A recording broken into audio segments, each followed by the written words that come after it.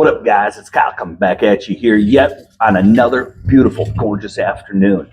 I'm going to show you guys on how you can take your leftover poor man's brisket and turn it into some amazing, smoky French dip sliders. Let's get bucking, guys.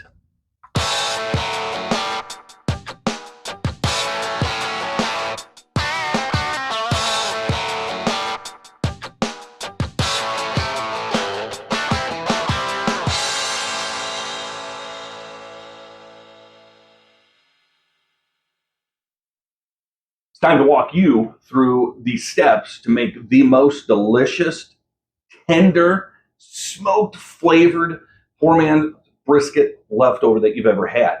3 simple steps. What you guys need to do is grab your poor man's brisket. You can omit step number 1 if your poor man's brisket shredded like $1,000,000. This one for me did not, so I had to chop it up into bite-sized pieces. Once you're done with that, get that into a tin pan. Take an onion. Do as much onion as you want. Some people love onion. Some people just like a little bit of onion. Slice that sucker up and get that then into the pan and just start mixing it around. Just makes life easier when you get to the final product. The last thing you do is you got to make your au jus sauce. Now, I've made my own before. I did not this time. It was a time consumption decision is really what it boiled down to. Grab the packet stuff, mixed it with water, follow the instructions, and it still turns out really good. It's just what you want to do. You're going to take that juice, you're going to put it into the tin pan and mix that together. Once that is done, you get it out to the smoker so it can sit and cook for a couple hours at 200 degrees. So let's get outside. Let's go get this thing going. All right, guys, everything's ready to be put onto the smoker. My smoker's set at 200 degrees. I typically try to keep it around 200 degrees just so I can act like it's a crock pot. And that's the cool thing about doing all this, guys, is you can do most of the stuff in your oven, in your crock pot, just to replicate what I do on the smoker. The thing is mine adds a little bit of smoke. We're going to put this on. We're going to let it sit in there for 2-3 hours uncovered because I want that smoky flavor to start incorporating with everything. Once we're done with this, we'll get them on the buns, get them into the oven. All right, guys, I think the meat's ready to go. I've been sitting on the smoker now for about 2.5-3 hours, somewhere in there. The biggest thing that you guys want to do, if it's on a smoker or if it's in your house in a crock pot, you've got to make sure that those onions have softened, and then you got to make sure that the meat is tender. The best thing about being the cook, the chef of your house, is you get to try the meat before you put it onto your buns. That's the best part, because I'd hate to see you guys make these and it's not tender, and your guests or your kids are like, "Where'd you get this from? This is horrible." And you're like, "Well, Kyle told me." Now, Kyle's telling you, make sure the meat's tender, and that's why you have to try it. So what you're going to do is you're going to take it off. I'm going to suggest to strain as much as the au jus from your meat as possible. You want the onions and you want the meat, but you don't need the au jus sauce. You need a little bit, but you don't want a lot, because what will happen if you use too much is it's going to make your buns soggy. Nobody likes soggy buns. Let's not kid ourselves. It's kind of gross, to be honest with you. But you put that meat, you put the onions over top of it, then you're going to put the cheese, and you choose whatever cheese you like. I'm a huge fan of Swiss. If you like provolone, if you like cheddar, if you like Colby Jack, it's up to you. It's whatever you want to do.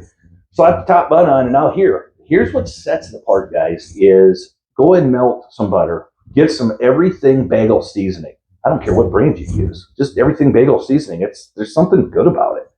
You put that with the butter, you melt that, and then just spread it around. It's whatever you guys want.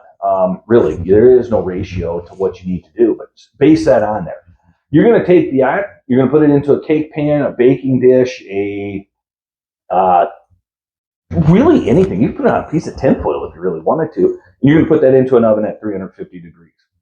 You're going to do that for about 20-25 minutes. All you want to do is make sure that the cheese on the inside starts to melt and everything is heated through. As soon as you're done with that, you can take those suckers off, let it cool for a few minutes, chop them up, and serve them. Your party's ready to go. So let's get these suckers into the oven and take a look at what they look like when we get done.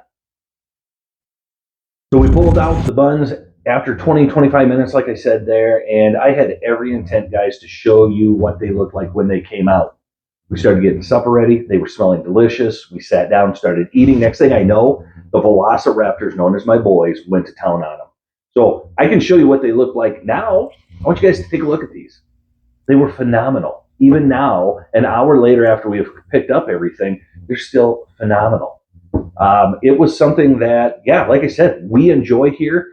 So with that being said, I want you guys to take what I have made for our family to bring it to your family. Sometimes, guys, as we get busy in life, sometimes as things move forward, we don't always have those family meals together. And that's one thing that I got to give credit to Brandy. She always wants to bring that family meal to the table when we can. With my crazy schedule, with the boys' crazy schedule, it doesn't always happen. But I'm telling you guys, it is awesome.